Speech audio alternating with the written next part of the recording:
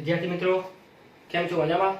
સ્વાગત છે તમારું મારી YouTube channel Hiren Patel concept of physics ની અંદર.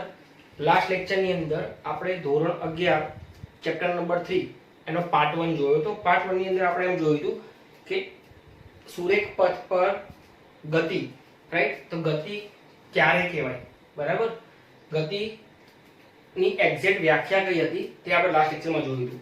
હવે ત્યાં એક શબ્દ પણ આવ્યો હતો કે નિર્દેશ ફ્રેમ, બરાબર? મતલબ કે તમારો પદાર્થ જે છે એ ગતિ કરે છે, કયા નિર્દેશ ફ્રેમના આધારે કરે છે તે પણ આપણે જોયું હતું, બરાબર? ઉદાહરણ આપણે આપ્યું હતું સરસ મજાનું, છગન મગનની જોડી, બરાબર? તેની અંદર આપણે જોવા જઈએ તો એક્ઝેક્ટલી નિર્દેશ ફ્રેમ છે શું, તેના માટે આજની થિયરી, આજનો લેક્ચર કે નિર્દેશ ફ્રેમ તો કે કોઈ પણ પદાર્થની ગતિનું વર્ણન કરવા માટે, કોઈ પણ પદાર્થની ગતિનું વર્ણન કરવા માટે દરેક સમયે જો પદાર્થનું સ્થાન આપણે જાણતા હોઈએ, બરાબર, તો પદાર્થ ગતિમાં છે કે સ્થિર છે તે આપણે નક્કી કરી શકીએ છીએ. હવે આ જે સ્થાન નક્કી કરવું હોય તેના માટે ઉપયોગ કોનો થાય છે? તો કે નિર્દેશ ફ્રેમનો ઉપયોગ થાય છે. અને આ સ્થાન નક્કી કરવા માટે સંદર્ભ બિંદુની પણ જરૂર પડે છે. ઓકે, કોઈ એક બિંદુની જરૂર પડે કે કોઈ પણ બિંદુની સાપેક્ષે પદાર્થ ગતિમાં છે કે સ્થિર છે એ આપણે જાણી શકીએ છીએ, બરાબર? એના પછી આપણે ઈઝી પડે, બરાબર, સરળતા ખાતર આપણે શું કરીએ છીએ? યામક્સ લઈએ છીએ. કોના? કાર્ટેશિયનના, રાઈટ? યામક્સ કયા કયા છે? તો કે ટોટલ 3 યામક્સો છે, x y અને z, બરાબર? હવે આ ત્રણેય યામક્સ જે છે એ એકબીજાને લંબ હશે. ત્રણેય યામક્સ એકબીજાને લંબ હશે. કઈ રીતે લંબ હશે એ પણ આપણે યાદ રાખવાનું છે, બહુ જ જરૂરી છે. ધારો કે આ મારો x અક્ષિસ છે, આ x અક્ષ છે, આ y અક્ષ છે, તો z અક્ષ ક્યાં હશે? આ રીતના હશે, બરાબર? આ x, આ y, આ z, બરાબર? z તમે જો આમ દર્શાવો છો અંદરની બાજુ તો આ માઈનસ z થાય. ઓકે, એટલે આપણે યાદ શું રાખવાનું? x તમારી જમણી બાજુ, y ઉપર અને z તમારી બાજુ, બરાબર? તમે એવું કહો કે સાહેબ મારે આને x નથી લેવો, આને મારે x લેવો નથી, મારે આને x લેવો છે, તો વાંધો નહીં, તમે આને x લઈ શકો.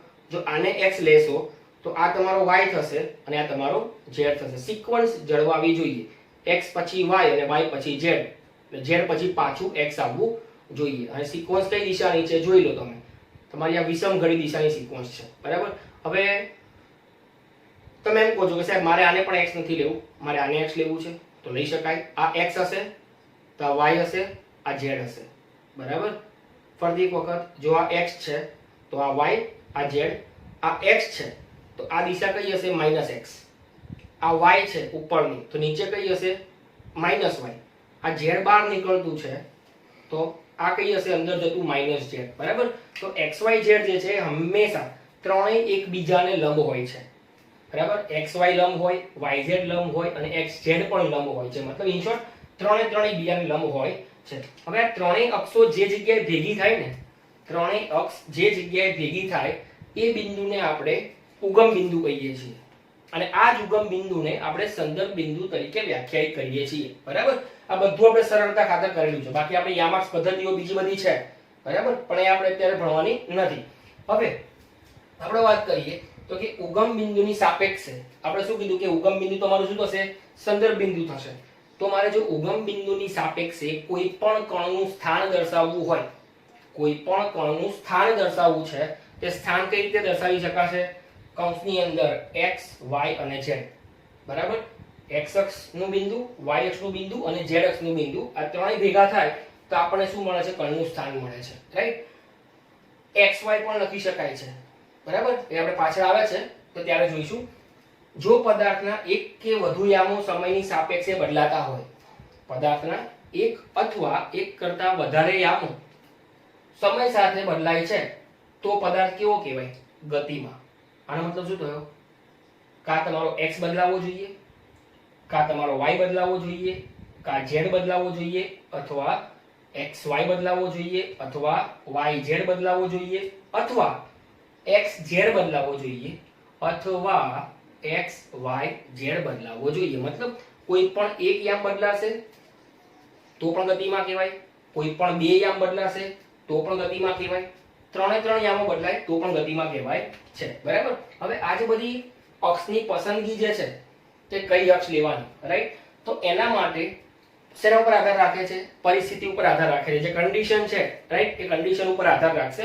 હવે આપણે એવું કહીએ કે મારી પાસે પદાર્થ એક પરિમાણમાં ગતિ કરે છે, પદાર્થ એક પરિમાણમાં ગતિ કરે છે, બરાબર. જો એક પરિમાણમાં ગતિ કરતો હોય તો આપણે એવું કહી શકાય કે તેના માટે કેટલી અક્ષની જરૂર પડશે? એક અક્ષની જરૂર પડશે. જો એક પરિમાણની ગતિ હોય તો જરૂર કેટલા અક્ષની પડે? એક જ અક્ષ, કોઈ પણ એક અક્ષ, x અક્ષ અથવા y અક્ષ અથવા z અક્ષ. દ્વિપરિમાણની ગતિ હોય તેના વર્ણન માટે બે અક્ષોની જરૂર પડે છે. બે અક્ષો કયા કયા? કાં તો xy, કાં તો yz, કાં તો xz, બરાબર. અને ત્રિપરિમાણિક ગતિ હોય તેના વર્ણન માટે ત્રણ અક્ષોની જરૂર પડે છે. ત્રણ અક્ષો એટલે કયા? x, y, z. હવે આકૃતિમાં તમે જોઈ શકો છો, આકૃતિમાં મેં એક પરિમાણની વાત કરેલી છે. કેમ? તો કે આ ચેપ્ટરની અંદર આપણે એક જ પરિમાણની વાત કરવાની છે. તમને શું કીધું છે? સુરેખ પથ પર ગતિ. ચેપ્ટરનું નામ જ છે સુરેખ પથ. આનો મતલબ શું થયો? એક જ દિશામાં જતો પથ, એક જ દિશાનો રસ્તો, રાઈટ. તો આપણે આની અંદર ચર્ચા કરવાની છે એક પરિમાણની. તો એક પરિમાણિક ની ગતિ અહીંયા આપણે બતાવીએ તો તમે જુઓ, O આપણું શું છે? સંદર્ભ બિંદુ છે. જો O સંદર્ભ બિંદુ હોય તો ડેફિનેટલી O ની જમણી બાજુ શું હશે? ધન સંખ્યાઓ હશે, અને ડાબી બાજુ કઈ સંખ્યાઓ હશે? ઋણ સંખ્યાઓ હશે, બરાબર. તો આને ધ્યાનમાં રાખીને આપણે પદાર્થની ગતિનું વર્ણન કરી શકીએ છીએ, રાઈટ. તો આ જે કન્સેપ્ટ હતો તમારો, તે શેનો કન્સેપ્ટ હતો? નિર્દેશ ફ્રેમ. અને ઇંગ્લિશમાં કેવું હોય તો રેફરન્સ ફ્રેમ પણ કહી શકાય, અને સંદર્ભ બિંદુ. આની સાપેક્ષે જો પદાર્થ પોતાનું સ્થાન બદલે છે તો પદાર્થ કેવો કહેવાશે? ગતિમાં કહેવાશે, બરાબર. હવે આપણે જે ચર્ચા કરવાની છે તે નેક્સ્ટ બે પોઈન્ટ કયા કયા? પથ લંબાઈ અને સ્થાનાંતર. પથ લંબાઈ અને સ્થાનાંતર, બરાબર. તો હવે પથ લંબાઈની વાત કરીએ. પથ લંબાઈ માટે હું આ જ આકૃતિ લઈશ, બરાબર. તો ધ્યાનથી જોજો બધા કે પથ લંબાઈમાં આપણે શું કરવાનું છે.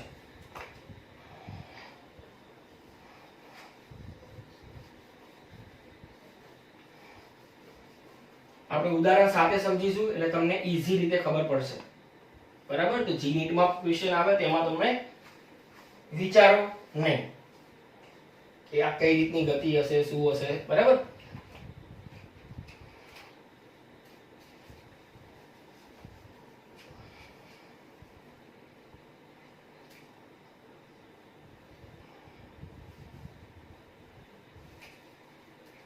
ચલો આપણો નેક્સ્ટ જે ક્વેશ્ચન છે, નેક્સ્ટ ક્વેશ્ચન છે મારો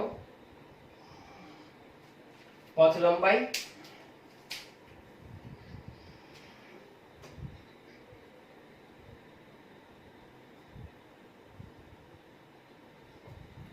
અને ઇંગ્લિશમાં કેવું હોય તો તમે કહી શકો છો પાથ લેન્થ.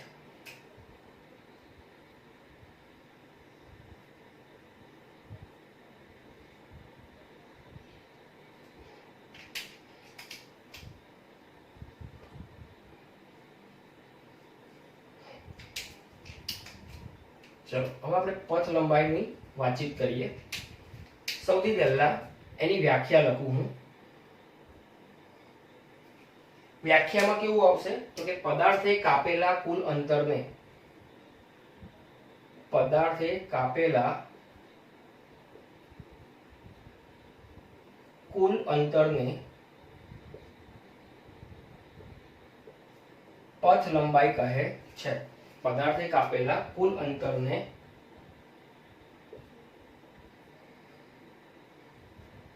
પથ લંબાઈ કહે છે.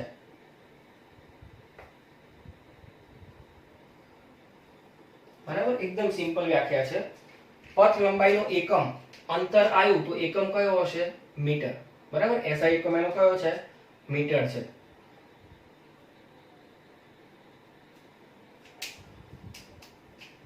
એને આપણે સ્મોલ m વડે દર્શાવી શકીએ છીએ, બરાબર. એના પછી પથ લંબાઈ જે છે તે હંમેશા ધન હશે. પથ લંબાઈ હંમેશા ધન હોય છે.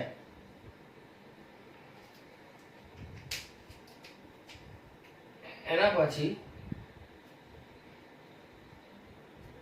આપણે ઉદાહરણ લઈએ.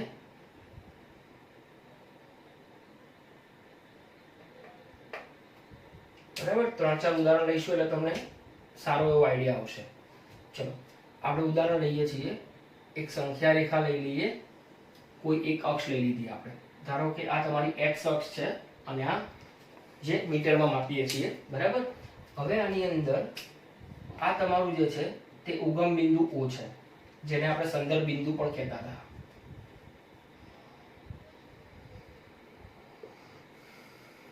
જેને આપણે સંદર્ભ બિંદુ પણ કહેતા હતા. બરાબર, હવે ઉગમ બિંદુ હોય તેની જમણી બાજુ શું હોય? પ્લસ,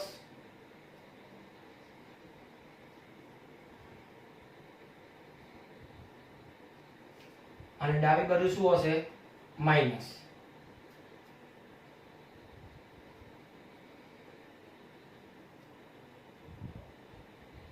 બરાબર, હવે આમાં આપણે અલગ અલગ પોઈન્ટ નક્કી કરીએ કે ચલો ધારો કે ભાઈ આ પોઈન્ટ જે છે મારો, તે પોઈન્ટને હું નામ આપી દઉં છું P. આ પોઈન્ટ જે છે મારો તેને હું નામ આપી દઉં છું Q. અને ધારો કે આ પોઈન્ટ જે છે એને હું નામ આપી દઉં છું R. બરાબર, તો ચલો અલગ અલગ ઉદાહરણ લઈએ. એમાં પહેલું ઉદાહરણ હું લઉં, કાર. એક કાર ઉગમ બિંદુથી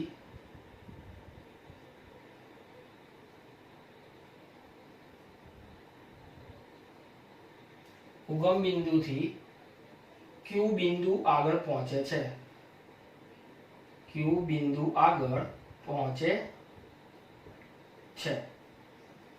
બરાબર, તેની પથ લંબાઈ કેટલી આવશે?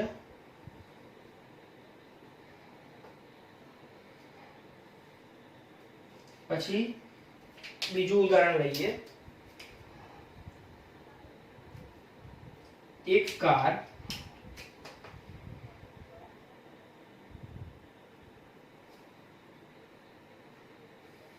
R બિંદુથી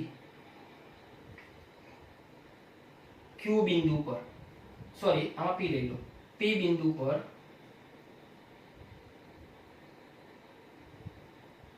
પહોંચે છે. તો પથ લંબાઈ કેટલી આવશે? બરાબર, ત્રીજું ઉદાહરણ. ટોટલ આપણે 4 ઉદાહરણ લઈશું. બરાબર, ચલો ત્રીજું ઉદાહરણ. એક કાર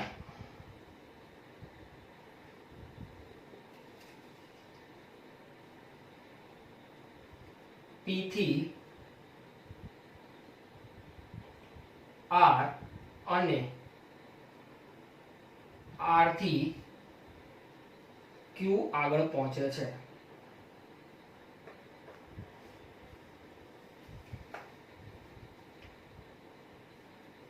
તો પથ લંબાઈ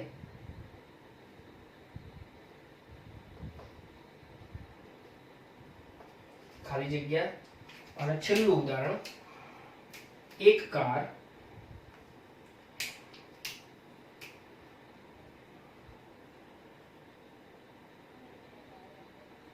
ગતિની શરૂઆત O થી કરે છે.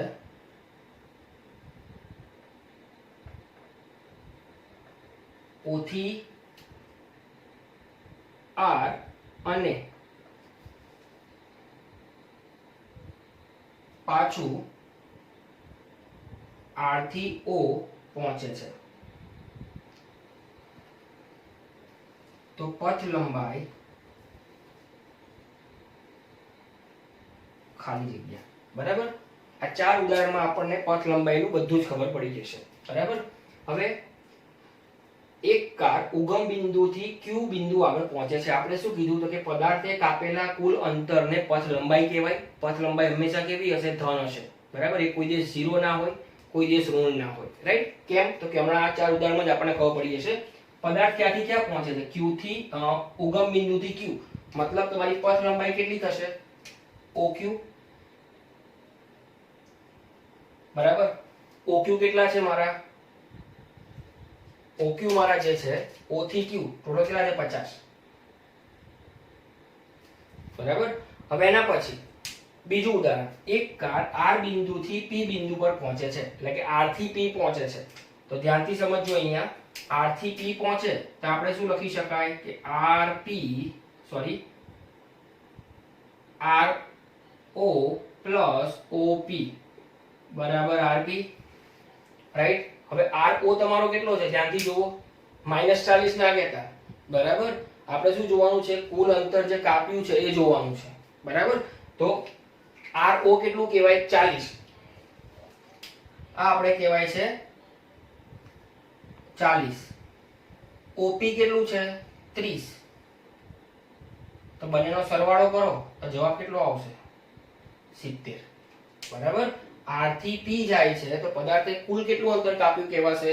ધારો કે તમારી બાઇક છે, બરાબર, એ બાઇક r બિંદુ આગળ ઊભી છે, r થી એ p તરફ જઈ રહી છે, તો તમે કિલોમીટર જોશો અંદર અથવા જે મીટર જોશો એ કેટલા બતાવવાના, એ હંમેશા 40 વત્તા 30 એટલે કે 70 મીટર બતાવશે, બરાબર। હવે ત્રીજું, એક કાર p થી r અને r થી q આગળ પહોંચે છે। એક કાર p થી r मतलब કે અહીંયા આવશે PR વત્તા RQ બરાબર PQ એવું કહી શકાય આપણે, બરાબર। આમાં તમને એવું નહીં લાગે PQ, પણ આપણે શું કીધું છે P થી R અને R થી Q આગળ પહોંચે છે એટલે આપણે અંતર તો કયું બંને લેવું પડે, બરાબર। તો અહીંયા તમારે PQ ને ના લખો તો ચાલશે, બરાબર। PQ લખશો તો તમને એવો વિચાર આવશે કે સર PQ તો 20 જ છે, તમારે જવાબમાં 20 નથી આવતું, બરાબર। આપણી પાસે પદાર્થ ક્યાંથી ક્યાં જાય છે, પહેલા P થી R જાય છે અને પછી ક્યાં જાય છે, R થી Q જાય છે, બરાબર। તો હવે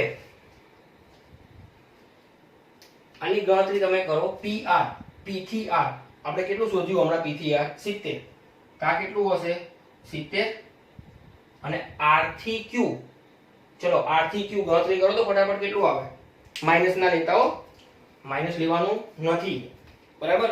R થી Q કેટલું થાય, બોલો ચલો જલ્દી, આઈડિયા આવી જવો જોઈએ, ડેફિનેટલી કેટલું થશે 90, બરાબર। તો આ તમારું થાય છે 90, બંનેનો સરવાળો કરો તો જવાબ કેટલો આવશે 160, એકમ લખવાનું ભૂલવાનું નહીં, મીટર આપણે મીટર, બરાબર। હવે શું કીધું છે તો કે એક કાર ગતિની શરૂઆત O થી કરે છે, O થી R જાય છે અને પાછું ક્યાં આવે છે, O ઉપર જ આવે છે, બરાબર। તો ધ્યાન રાખવાનું આમાં કે આપણી પાસે પહેલા O થી R જાય છે એટલે કે OR, O થી R જાય છે એટલે કે OR વત્તા RO, બરાબર। તો અહીંયા આપણે કહીએ OR, તો OR ની અંદર OR કેટલું હશે તમારું, OR 40, -40 નહીં આવે, અને RO પણ કેટલું હશે 40, જો બંનેનો સરવાળો કરો તો જવાબ કેટલો આવે 80 મીટર। સિમ્પલ એટલું જ વિચારવાનું કે જો આ OR જવાનું છે, તમારી બાઇક અહીંયા ઊભી છે, તમે આ સાઈડ જઈ રહ્યા છો, જ્યારે R ઉપર પહોંચશો તો કાંટામાં શું બતાવશે, -40 નહીં બતાવે, પણ શું બતાવશે, +40 મીટર બતાવશે, બરાબર। તો તમારો જવાબ આવશે 80 મીટર, ઓકે। અહીંયા સુધી ક્લિયર થઈ ગયું બધાને। હવે એના પછી આપણે વાત કરીએ સ્થાનાંતર।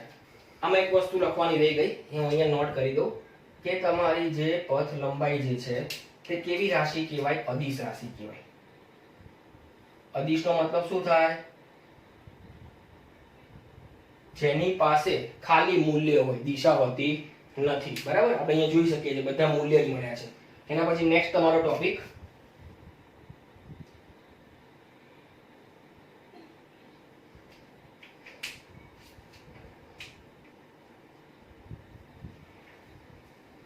નેક્સ્ટ આપણો ટોપિક છે સ્થાનાંતર, બરાબર। સ્થાનાંતરનું ઇંગ્લિશમાં વર્ડ લખવો હોય તો આપણે એવું લખી શકીએ છીએ ડિસ્પ્લેસમેન્ટ, ડિસ્પ્લેસમેન્ટ,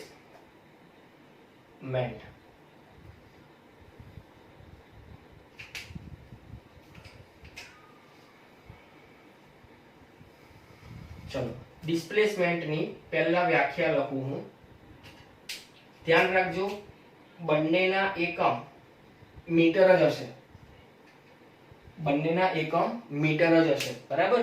હવે પદાર્થે કાપેલા ટૂંકામાં ટૂંકા અંતરને પદાર્થે કાપેલા ટૂંકામાં ટૂંકા અંતરને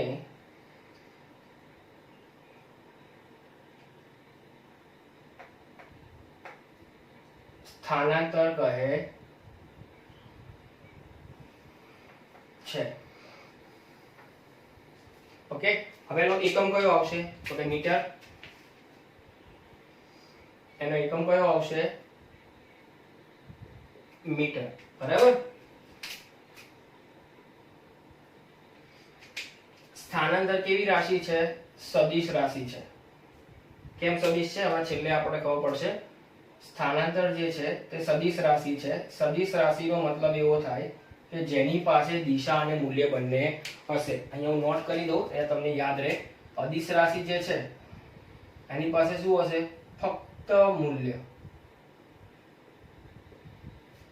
જ્યારે આની પાસે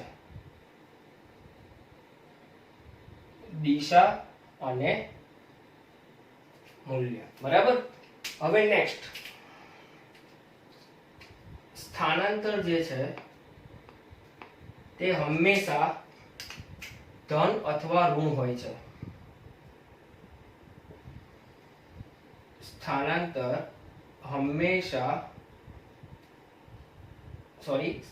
જે છે એ ધન પણ હોય,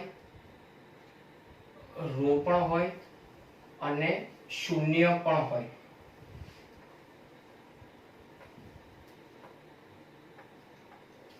ઓકે, ચલો હવે આપણે ઉદાહરણ જોઈએ. ઉદાહરણ સેમ આ જ સંખ્યા રેખા આપણે લઈશું.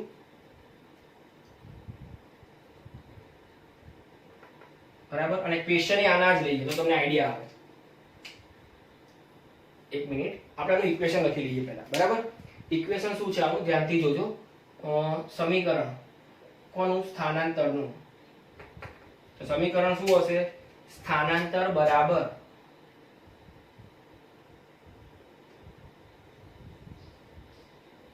x2 - x1. જ્યાં x2 જે છે તમારો તે અંતિમ સ્થાન છે અને x1 જે છે તે પ્રારંભિક સ્થાન છે. બરાબર. x2 એટલે અંતિમ સ્થાન, અંતિમ બિંદુ, પદાર્થ જ્યાં પહોંચ્યો તે છેલ્લે, અને x1 જે છે તે પ્રારંભિક, મતલબ જ્યાંથી શરૂઆત કરી તે. ઓકે, ચલો હવે ઉદાહરણની વાત કરીએ.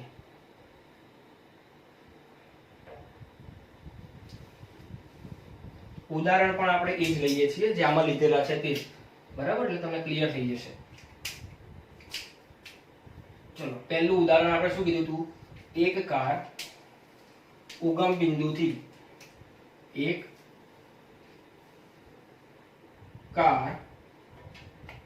ઉદ્ગમ બિંદુથી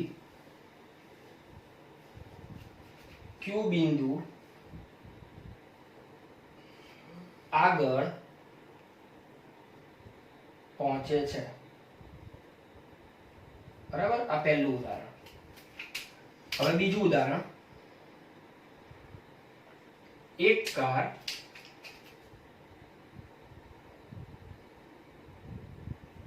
R બિંદુથી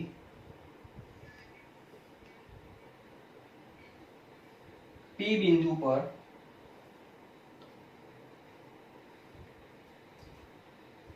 પહોંચે છે. ચલો, એના પછી ત્રીજું ઉદાહરણ, એક કાર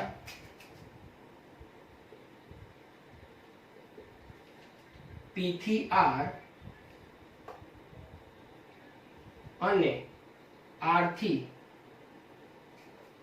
Q આગળ પહોંચે છે.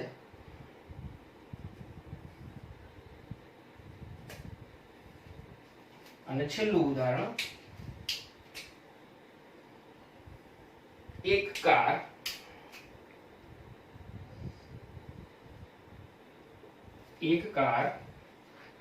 ગતિની શરૂઆત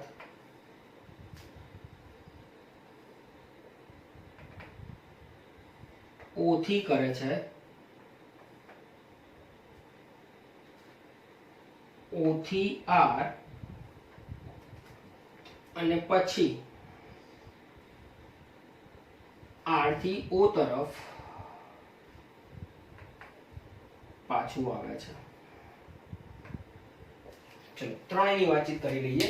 તો હવે બહુ સિમ્પલ વસ્તુ છે. આની અંદર આપણી પાસે સ્થાનાંતર એનું સમીકરણ મેં કયું લખ્યું તો કે સ્થાનાંતર બરાબર x2 x1. જો આ પદાર્થ જે છે કાર જે છે શરૂઆત ક્યાંથી કરે? ઉગમ બિંદુથી કરે. જો ઉગમ બિંદુથી કરે તો આ તમારું શું કહેવાય? x1 અને પહોંચે છે ક્યાં? q આગળ. તો આ શું થશે? x2. આપણે શું કરવાનું છે? x2 x1 બરાબર. જો x2 x1 કરવાનું હોય q કેટલું છે? 50. તો 50 માઈનસ 0 x2 x1 બરાબર 50 મીટર. પડી ખબર? બરાબર. આ પેલું ઉદાહરણ તો થોડું સિમ્પલ લીધેલું છે. હવે આપણે આગળના ઉદાહરણમાં ધ્યાન રાખવું પડશે. બરાબર. ચલો સ્થાનાંતર અગેન સ્થાનાંતર એટલે શું? x2 x1. શરૂઆત ક્યાંથી કરી? r થી. તો આ તમારું શું થાય? x1 પહોંચ્યો ક્યાં? p આગળ. તો આ તમારું શું થાય? x2. આપણે શું કરવાનું છે? x2 x1.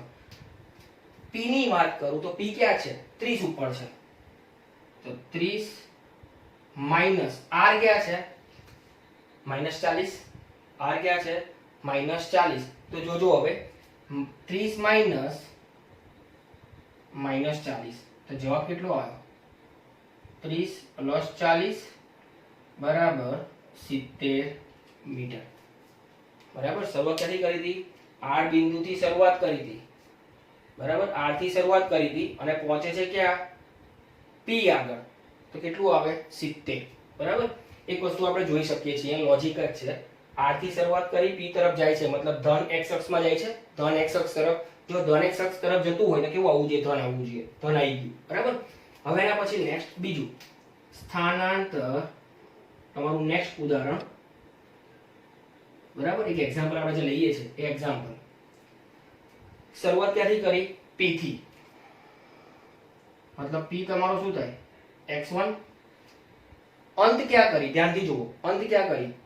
p થી ચાલુ કર્યું પછી r થી પછી q. તો છેલ્લું કયું કહેવાય? q. તો આ તમારું શું છે? x2. તો આપણું ઇક્વેશન કયું? x2 x1. q કેટલા છે? 50. તો અહીંયા શું આવશે? 50 માઈનસ કે x2 x1 કરવાનું. x1 એટલે p કેટલું છે? 30. તો જવાબ કેટલો આવશે? Plus 20 metre. બરાબર. હવે છેલ્લું ઉદાહરણ સ્થાનાંતર.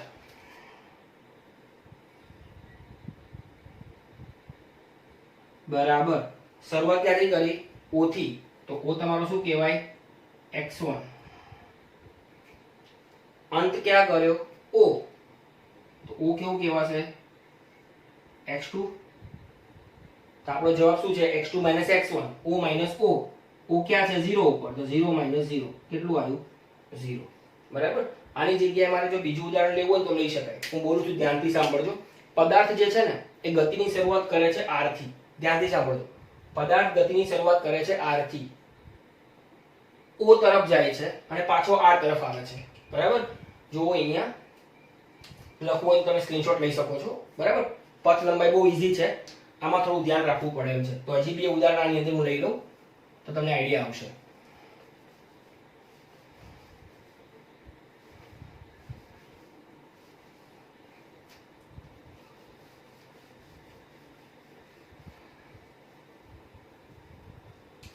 બરાબર. હજી બે ઉદાહરણ આમાં લઈ લઈએ તો આમાં વધારે ક્લિયર થશે.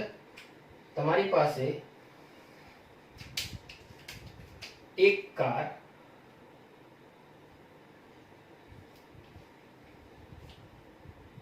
R, P અને R ગતિ કરે છે. R P R નો મતલબ શું થયો? શરૂઆત R થી કરી, પછી P ગયો, પછી પાછો ક્યાં આવ્યો? R ઉપર આવ્યો. રાઈટ. તો તમે જો કહેવું હોય તો આવું કહી શકાય કે R તમારો x1 r તમારો x2.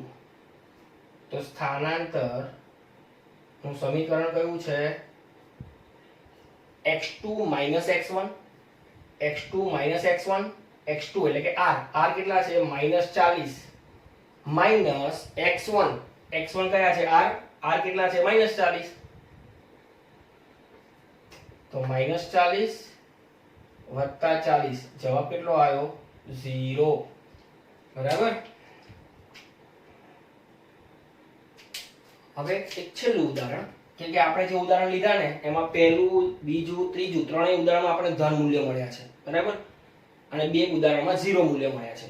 આના ઉપરથી આપણે એવું કહી શકાય કે પદાર્થ જે બિંદુથી શરૂઆત કરે છે ગમે ત્યાં જાય પાછો એ જ બિંદુએ આવે તેનું સ્થાનાંતર કેવું થશે? 0 થશે. ફરીથી એક વખત, પદાર્થ જે બિંદુથી ગતિની શરૂઆત કરે છે ફરીને પાછો ત્યાં જ આવે છે તેનું સ્થાનાંતર કેટલું કહેવાશે?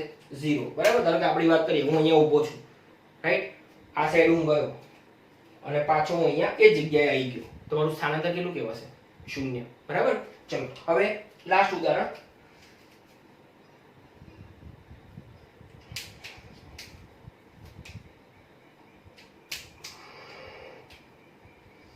એક પદાર્થ અથવા એક કાર O થી P અને P થી R ગતિ કરે છે. જો એવી રીતે ગતિ કરે તો હવે સ્થાનાંતર બરાબર શું આવશે? તો કે સ્થાનાંતર બરાબર આપણે કેવું હોય તો x2 x1. આ તમારો શું થશે? x1 અને આ તમારો શું થાય? x2. r કેટલો છે? -40 માઈનસ x1 એટલે o કેટલો છે? 0. તો જવાબ કેટલો આવ્યો? -40 મીટર. બરાબર. તમે ખાસ ધ્યાન રાખજો કે સ્થાનાંતર જે છે એ ધન પણ મળી શકે, ઋણ પણ મળી શકે, શૂન્ય પણ મળી શકે. શૂન્ય ક્યારે મળે? કે જ્યારે જે બિંદુથી શરૂઆત કરી છે એ બિંદુએ પાછું આવે તો શૂન્ય મળશે. ધન ક્યારે મળે? કે જ્યારે પદાર્થ ધન x અક્ષ તરફ ગતિ કરતો હોય, ધન x અક્ષ તરફ આગળ વધી રહ્યો હોય તો એ ધન મળશે સ્થાનાંતર. બરાબર. અથવા એવું પણ કહી શકાય કે તમારું અંતિમ બિંદુ જે છે, ધ્યાનથી સાંભળજો, અંતિમ બિંદુ જે છે એ પ્રારંભિક બિંદુ કરતા જમણી સાઈડ છે. બરાબર. આ શોર્ટ ટ્રિક છે. તમારું અંતિમ બિંદુ, અંતિમ સ્થાન જે છે પદાર્થનું એ પ્રારંભિક સ્થાનની જમણી બાજુ છે તો સ્થાનાંતર કેવું મળશે? ધન મળશે. બરાબર. ઋણની વાત કરીએ તો ઋણમાં જો તમારી પાસે પદાર્થ ઋણ x અક્ષ તરફ ગતિ કરી રહ્યો છે, બરાબર, તો સ્થાનાંતર કેવું મળે? ઋણ મળે. અથવા યુનિટ માટે શોર્ટ ટ્રિક કેવી હોય તો તમારું પ્રારંભિક સ્થાન જે છે પદાર્થનું તે અંતિમ સ્થાન જે છે પદાર્થનું તે પ્રારંભિક સ્થાનની ડાબી બાજુ હોવું જોઈએ. અહીંયા તમે જોશો તો જો O અહીંયા છે, અંતિમ સ્થાન કયું? r ક્યાં છે? આની ડાબી બાજુ. તો આ કેવું મળશે? ઋણ મળશે. ઓકે. હવે એક મોસ્ટ ઇમ્પોર્ટન્ટ રિલેશન કોની વચ્ચે? તો કે પથ લંબાઈ અને સ્થાનાંતર. જો હું વચ્ચે અહીંયા ખાલી જગ્યા કરું તો જવાબ શું આવે? તમારી પાસે ઓપ્શન આપું છું, equal to, less than or equal to, greater than or equal to, does not equal to. બરાબર. કયો જવાબ આપશે? ધ્યાનથી જુઓ અને આન્સર આપો. પથ લંબાઈ અને સ્થાનાંતર આ બંને વચ્ચે કયો સિમ્બોલ આવે?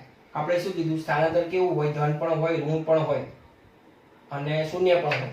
પથ લંબાઈ કેવી હશે? હંમેશા ધન. મતલબ કે પથ લંબાઈ કેવી હોવાની?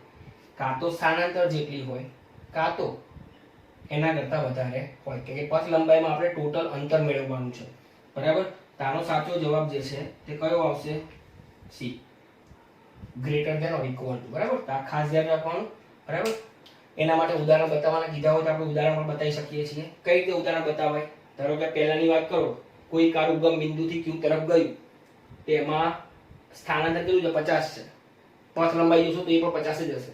બરાબર. તમે વિડીયો જોઈ શકો છો ફરીથી, તો એ પણ 50 હશે, રાઈટ?